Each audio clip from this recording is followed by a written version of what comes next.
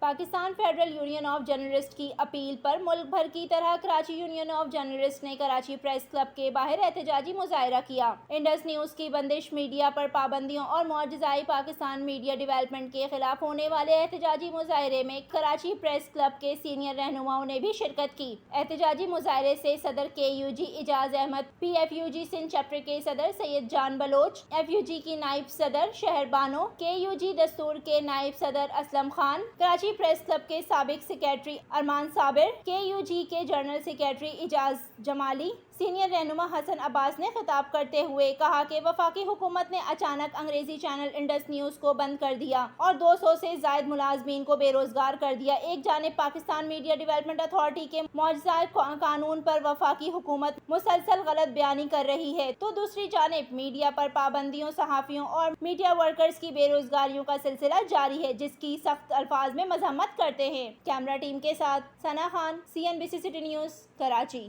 اس video کو like کریں، ہمارے چینل کو سبسکرائب کر بیل آئیکن ضرور پریس کریں، ہماری نیو ویڈیو سب سے پہلے دیکھیں۔